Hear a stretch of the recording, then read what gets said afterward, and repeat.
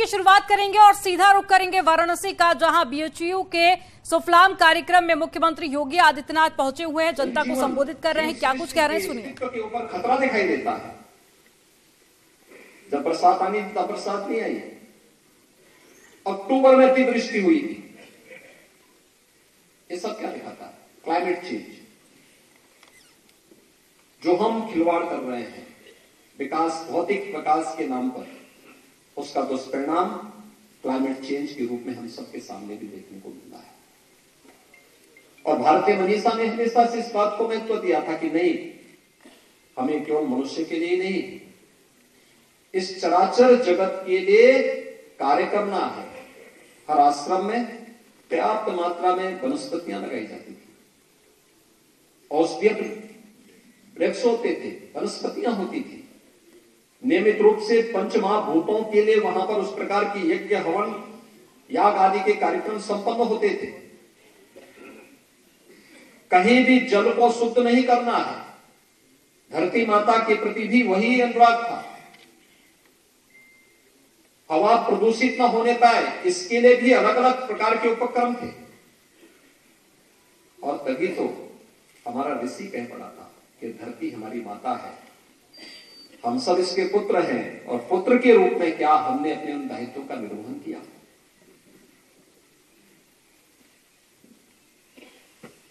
अपने स्वयं के विकास के लिए, अपनी स्वयं की समृद्धि के लिए क्या कुछ नहीं किया हम लोगों ने। तमाम जहर धरती माता के साथ मिला रहे हैं। धरती जहरीली हो रही है। कोई भी चीज ऐसी है जो आज जहर से मुक्त हो, और परिणाम क्या है? जवान में, एक जवानी में ही उसकी किडनी फेल हो रही है, लीवर खराब हो रहे हैं, हार्ट की बीमारी हो रही है, शुगर।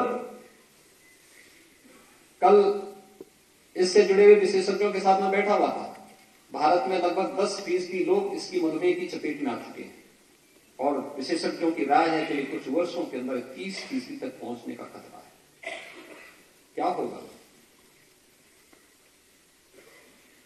और मुझे लगता है कि सबसे महत्वपूर्ण बात है कि G20 का नेतृत्व जब भारत कर रहा है, उस समय हम इन पंच महाभूतों के बारे में सोचें, और कैसे उसकी शुद्धि के लिए जनजीवन के स्तर पर, आम नागरिक के स्तर पर, विभिन्न संस्थाओं और संगठनों के स्तर पर कैसे हम इस कार्यक्रम को आगे बढ़ा सकें। यहां पर कल कृषि मंत्री जी ने भी अपनी बात को कहा होगा कि अगले सत्रों में मैं आपके साथ में रहकर इन सभी मुद्दों पर चर्चा भी करेंगे। आपके सामने कुछ उदाहरण जरूर दूंगा। प्रयास करने से क्या नहीं हो सकता है। नमामि गंगे इसका एक उदाहरण है। टिप्पणियां तमाम हो सकती है, लेकिन नमामि गंगे के पूर्व और नमामि गंगे के बाद के परिणाम आपके सामने हैं। और हमने तो इस चीज को महसूस किया है, काशी में भी और प्रयागराज में भी। गंगोत्री से लेकर गंगा सागर तक गंगा जी ने लगभग 2500 किलोमीटर की यात्रा तय करती है, और इसमें से 1025 किलोमीटर उत्तर प्रदेश के अंदर यात्रा तय होती है मां गंगा की।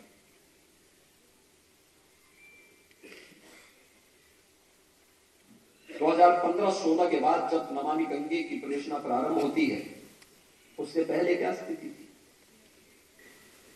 प्रयागराज में 2013 में कुंभ का आयोजन हुआ था। मॉरिशस के माननीय प्रधानमंत्री जी आए थे। वहां की गंदगी और मां गंगा की स्थिति को देख करके उन्होंने दूर से ही प्रणाम किया, स्नान करने की हिम्मत नहीं कर पाए। 2019 में कुंभ हुआ था, प्रवासी भारतीय दिवस में इसी काशी की धरती पे प्रेरित हुआ था, और मैंने उनसे अनुरोध किया था। मैंने कहा कि यहां आए हैं तो प्रयागराज कुंभ में भी आइए। अब वे कैसे मना करते, मैं अनुरोध कर रहा हूं। तो उन्होंने कहा योगी जी आया तो हूं, प्रयास करता हूं, मेरे साथ एक बहुत बड़ा डेलीगेशन है। मैंने कहा उनकी व्यवस्था करवा देते हैं। हम लोगों ने व्यवस्था कराई। 400 लोगों का डेलीगेशन प्रयागराज में गया। उन्होंने 6 वर्ष के अंदर बदली हुई स्थिति को देख करके प्रधानमंत्री जी और उनका परिवार, मॉरिशस के प्रधानमंत्री जी, उनका परिवार और 400 लोग जो मॉरिशस से आए थे, कोई अपने को रोक नहीं पाया, सबने संगम में डुबकी लगाई। ये बदली हुई तस्वीर थी गंगा की।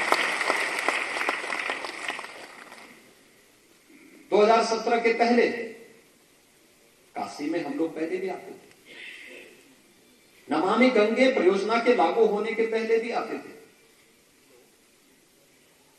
मैं 2 वर्ष पहले जब यहां बाढ़ आई थी तब भी मैं आया था, एनडीआरएफ के साथ गंगा में स्टीमर के साथ चल रहा था बाढ़ क्षेत्रों का दौरा करने के लिए।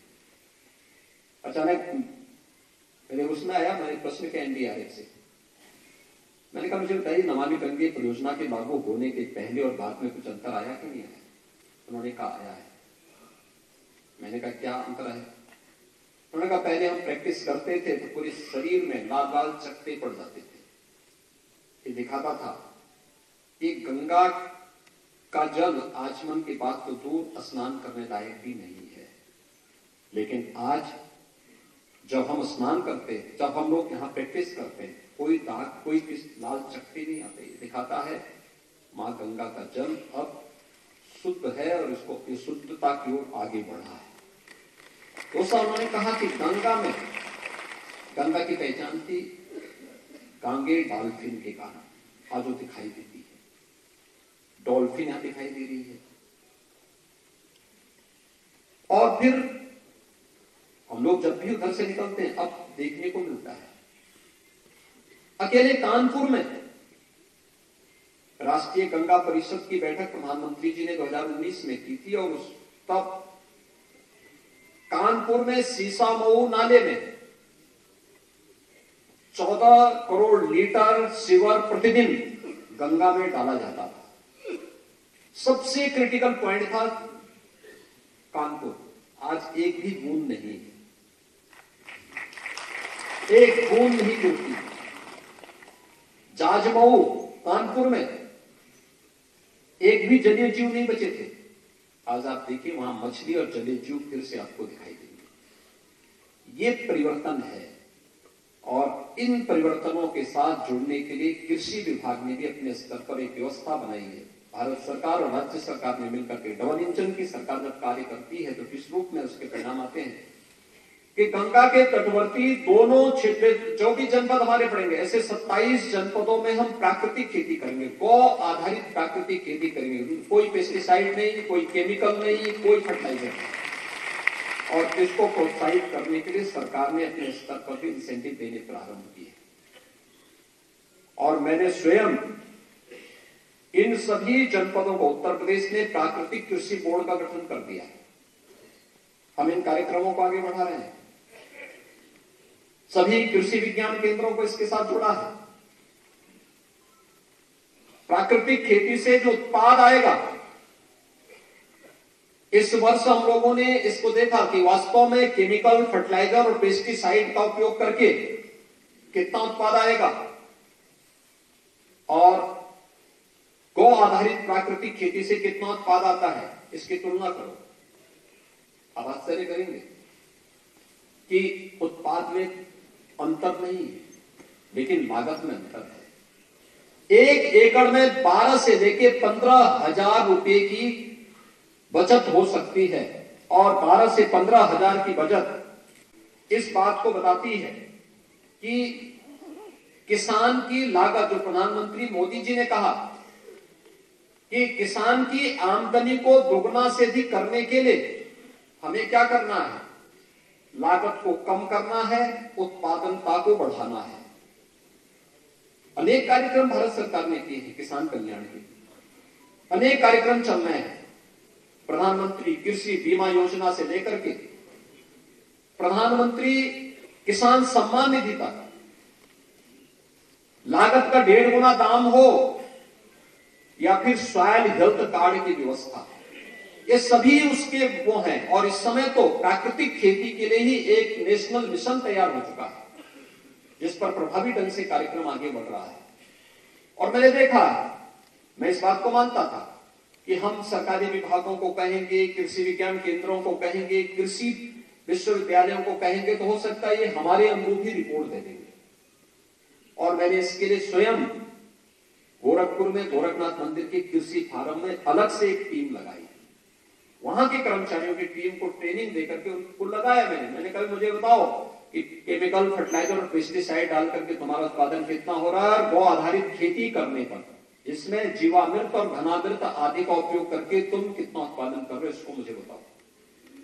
एवरेज पर हेक्टेयर लगभग उतना ही आया जितना केमिकल फर्टिलाइजर और पेस्टिसाइड डाल करके हुआ था। लेकिन प्राकृतिक खेती जो हमने गौ आधारित प्राकृतिक खेती की थी, इसकी लागत कम आई, उत्पादन उतना ही हुआ है, और प्रति एकड़ 12 से 15 हजार रुपए की बचत अतिरिक्त हुई है। इसके माध्यम से दिखाता है कि धरती माता की सेहत को बचाने के लिए कृषि में या फिर बागवानी में हम लोग अगर इसका उपयोग करेंगे तो काफी बड़े पैमाने पर इन कार्यक्रमों को हम आगे बढ़ा सकते हैं। और यह सबसे अच्छा समय है जब हम धरती माता के इस ऋण से उऋण होने के लिए, किसी कालखंड में भारत में खाद्यान्न में आत्मनिर्भरता के लक्ष्य को प्राप्त करने के लिए हमने केमिकल फर्टिलाइजर और पेस्टिसाइड उस समय की आवश्यकता पड़ी होगी। लेकिन आज जब भारत दुनिया की उन 20 प्रतिष्ठित देशों का नेतृत्व कर रहा है, तब दुनिया को एक नई राह दिखाने के लिए एक दूसरा गाय को भी हमने मां माना है।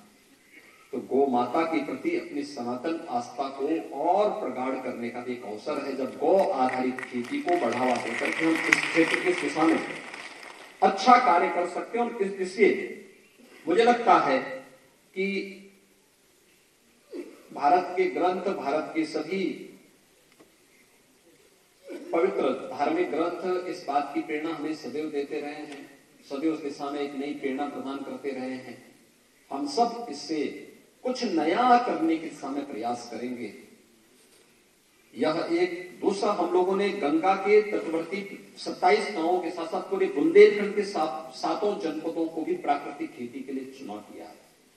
हम उस पर कार्य अपना आगे बढ़ा रहे हैं। हमने तय किया है इसके सर्टिफिकेशन की कार्रवाई को भी हम अलग अलग जगह लैब्स बनाएंगे। यहां वाराणसी में हमारी लैब जो इस बात को साबित कर सकेगी, इसको प्रमाणित करेगी कि यह जो बीज है या जो प्रोडक्ट है या प्राकृतिक है या ऑर्गेनिक है, वह लैब यहां काशी में लगभग तैयार होने जा रही है। इसके अलावा 8 अन्य जनपदों में सरकार अलग से अपनी लैब स्थापित कर रही है।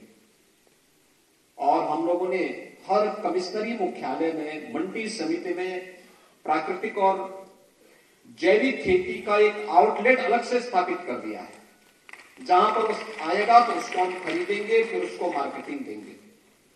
हर कृषि विज्ञान केंद्र, 89 कृषि विज्ञान केंद्र प्रदेश में है।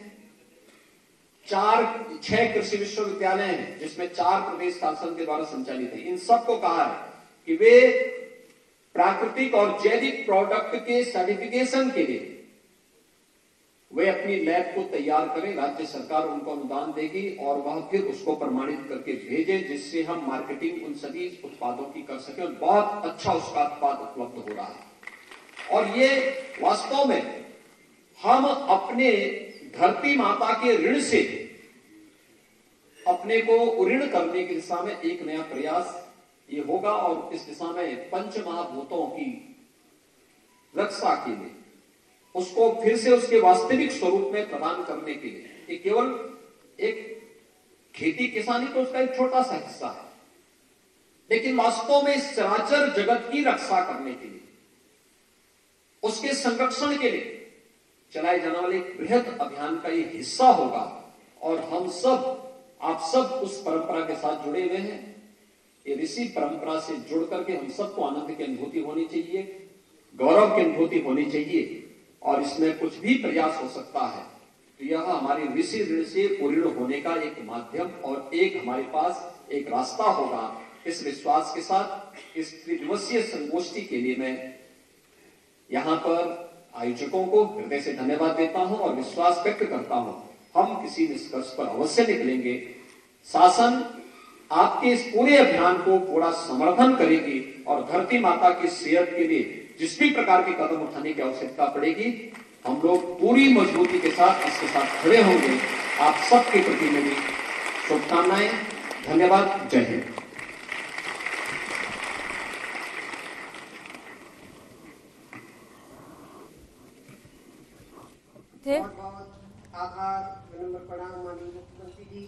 मुख्यमंत्री योगी आदित्यनाथ को आप सुन रहे थे, जो कि वाराणसी में इस वक्त मौजूद है। सुफलाम कार्यक्रम में वो जनता को संबोधित कर रहे थे और साथ ही इस दौरान उन्होंने गंगा नदी का भी जिक्र किया और बताया कि पहले गंगा का पानी काफी ज्यादा दूषित कर दिया गया था, लेकिन सरकार के लगातार अथक प्रयासों के चलते अब गंगा का जल शुद्ध हो चुका है।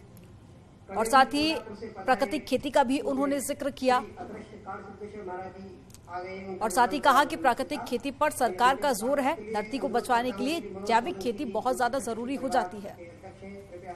तो सीधी तस्वीरें आपको वाराणसी से दिखा रहे हैं। ये एक दिवसीय दौरा मुख्यमंत्री योगी आदित्यनाथ का बेहद खास माना जा रहा है।